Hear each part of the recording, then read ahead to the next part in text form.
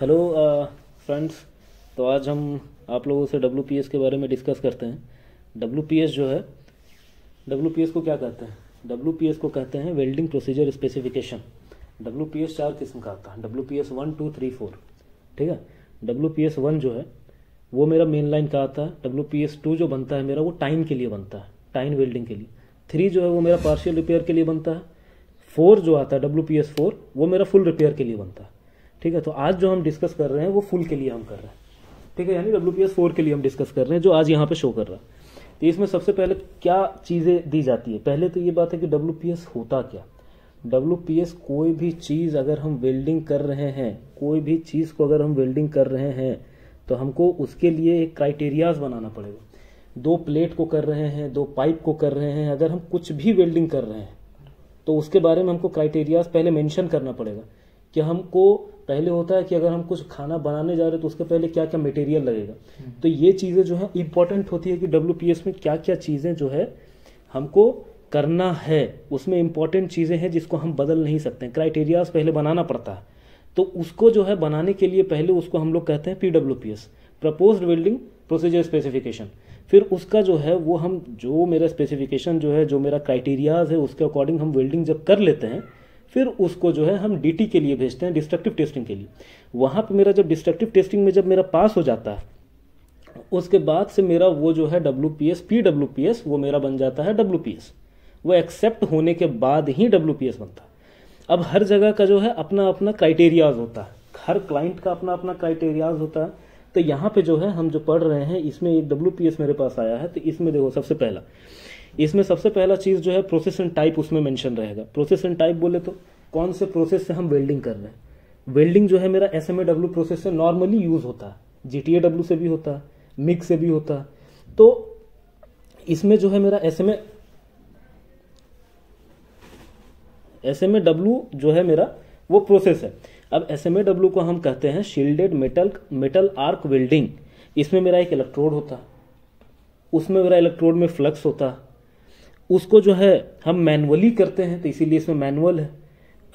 इसमें GTAW और इसमें क्या अंतर है? GTAW में मेरा एक ऑक्सीजन का सिलेंडर लगता है, उसमें मेरा फ्लक्स जो है वो नहीं होता है, जो कि मेरा रस्टिंग के लिए बचाता है, इसीलिए हम उसमें ऑक्सीजन देते हैं अलग से। अब वो सिर्फ और सिर्फ मेरा जैसे ER70S2 जो हम यूज करते हैं वो सिर्फ मेरा मेटल का रहता है, पर इसमें ऐसा नहीं है। इसमें मेरा जो रहता है जैसे इलेक्ट्रोड मेरा 6010 हो गया, 7010 हो गया, 7018 हो गया, तो उसमें जो है मेरा जो है वो बाहरी एटमॉस्फेरिक गैसेस से बचाने के लिए कि तुरंत रस्टिंग ना लगे, इसलिए उसमें मेरा फ्लक्स दिया रहता है।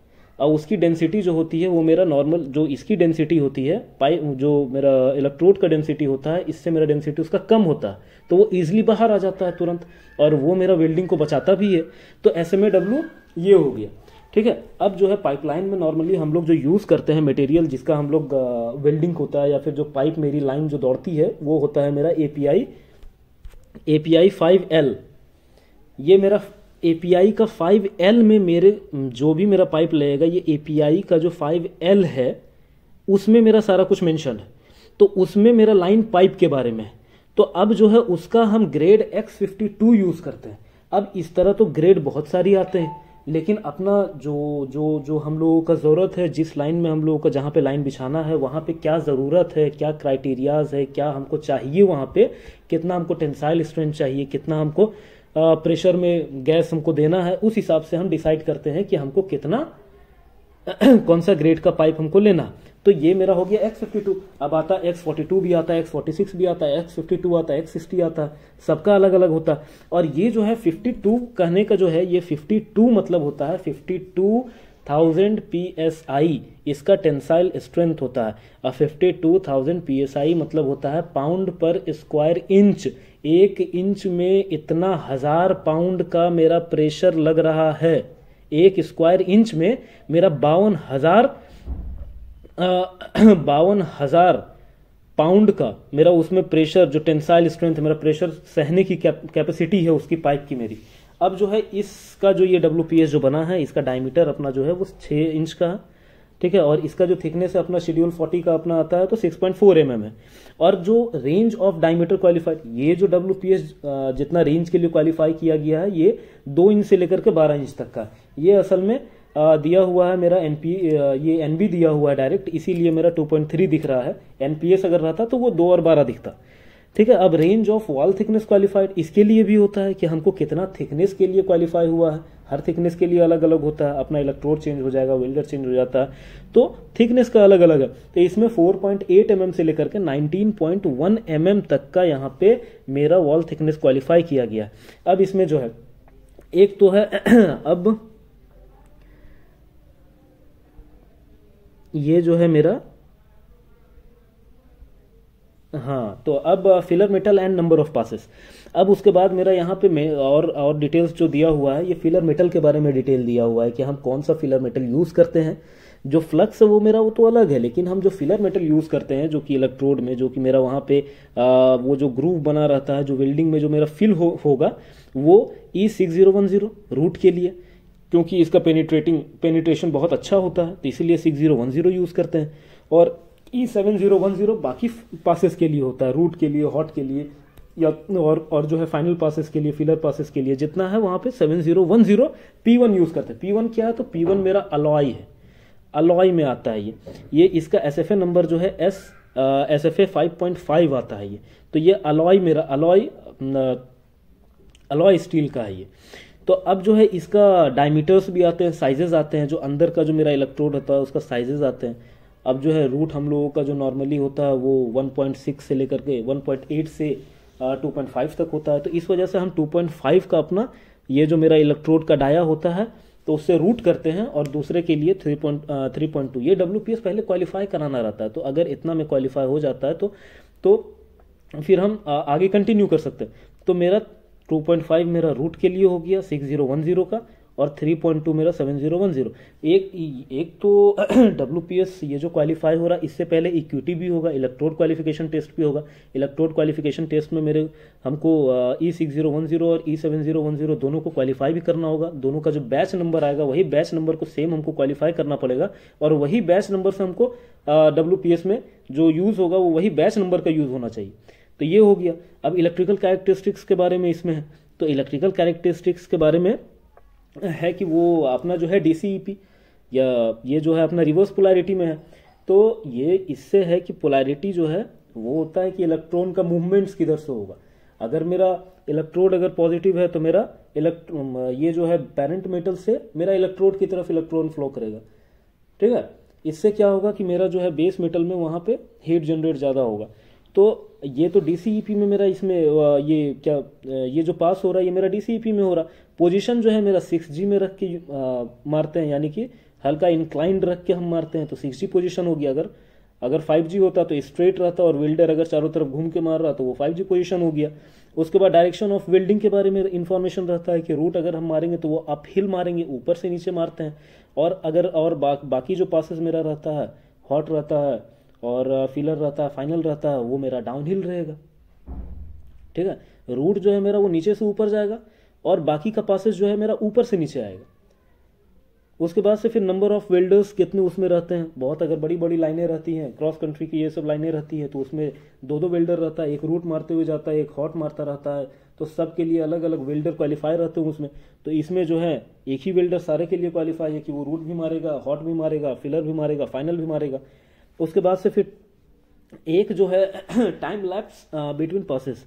अब एक पास जो है जैसे कि रूट मार लिए हैं, तो रूट मारने के बाद हॉट में जाने के लिए कितना देर हमको उसको ठंडा होने देना चाहिए, क्योंकि ये भी एक इम्पॉर्टेंट है, ये हीट ट्रीटमेंट। ये जो है मतलब कि अगर हम रूट मार लिए हैं तो अब हम हॉट में जाने के लिए मिनिमम 4 मिनट हमको देना पड़ेगा, ताकि वो थोड़ा सा हीट कम आए और फिर उसको वापस से हम वेल्डिंग चालू कर सकते हैं। अब हॉट पास से लेकर के फर्स्ट फिलर भी अगर थिकनेस ज़्यादा होगा तो फिलर भी कई बार में मारते हैं, first filler, second filler, third filler. तो अब जो है फर्स्ट फिलर में जाने के लिए हमको कम से कम 5 मिनट देना होगा। उसके बाद से फिर अब जो है मिनिमम नंबर ऑफ, अब जो है यहाँ पे minimum number of passes before the joint allowed to cool, ये जो है तो ऑल पासेस वो सब पास में हमको इसी तरह फॉलो करना होगा जो टाइम दिया हुआ है 4 मिनट और 5 मिनट का। उसके बाद से फिर क्लीनिंग एंड ग्राइंडिंग।